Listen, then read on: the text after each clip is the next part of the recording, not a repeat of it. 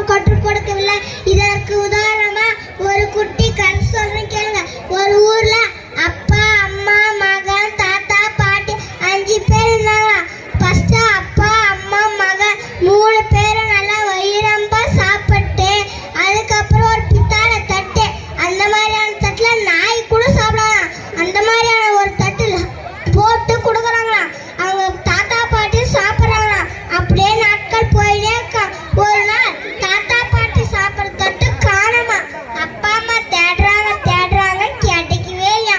பையன் வரான், என்னம்மா தேடுறீங்கன்னு பையன் கேட்கறாமா. தாத்தா பாட்டி சாப்பிட்ற தட்டு காணடா, அதான் தேடுறேன்னு அம்மா சொல்றாங்க. தேடாதீங்க பையன் சொல்றானா. யாப்பான்னு அம்மா கேட்கறாங்களா. அம்மா நீங்க தாத்தா பாட்டிக்கு வயசான காலத்துல இந்த தட்டுல தான் சோறு போடுறீங்க. அப்பனா உங்களுக்கும் வயசாச்சுன்னா நான் இந்த தட்டுல தான் சோறு போடணும். அப்ப எனக்கு கிடைக்காதலாமா. அதனாலதான் பேர்த்து பத்திரமா எடுத்து பையன் சொல்லுவானா. இது உங்களுக்கு என்ன புரியுது? தாய் 8 அடி பாஞ்சா பிள்ளை 16 அடி பாயுமா. அந்த பழமொழி தான் எனக்கு ஞாபகம் வருது. பிள்ளைங்க சமூக சேவை செஞ்சா பெற்றோர்கள் பொறுக்கின்னு திட்டுறாங்க. பெற்றோர்கள் நீங்க பொறுக்கின்னு திட்டுறீங்க. இதுக்கு உதாரணம் பிள்ளைகளுக்கு நல்லா சொல்லி கொடுத்து வளர்க்கணும். பெற்றோர்கள் செய்யும் தப்பு பிள்ளையதான் சேரும் சொல்லுவாங்களாம். இதற்கு உதாரணமா ஒரு குட்டி கதை சொல்றேன் கேளு.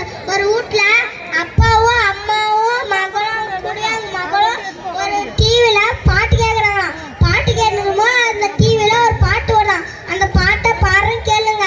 கல்யாணத்தான் கட்டிக்கிட்டு ஓடி போலாமா, இல்ல புள்ள குட்டி பெத்துக்களை கட்டிக்கலாமா. அந்த பாட்டை கேட்ட அம்மா, நீ இந்த பாட்டுக்கு தான் பள்ளி ஆடி விழா டான்ஸ் ஆடணும் அவங்க அம்மா சொல்றாங்க. அதே போல சரிம்மா சொல்லிட்டு அவங்க பிள்ளையும் அதே பாட்டுக்கு பள்ளி ஆடி விழா டான்ஸ் ஆடிடுறாங்க. அதே பொண்ணு கொஞ்ச நாட்கள் விட்டு பெரிய விழா ஆயிடலாம். அதேனால அவங்க பொண்ணு ஒருத்தன் கூட விட்டு ஓடி போயிடுறாங்க. அவங்க அம்மா கதறி அழுறாங்களா.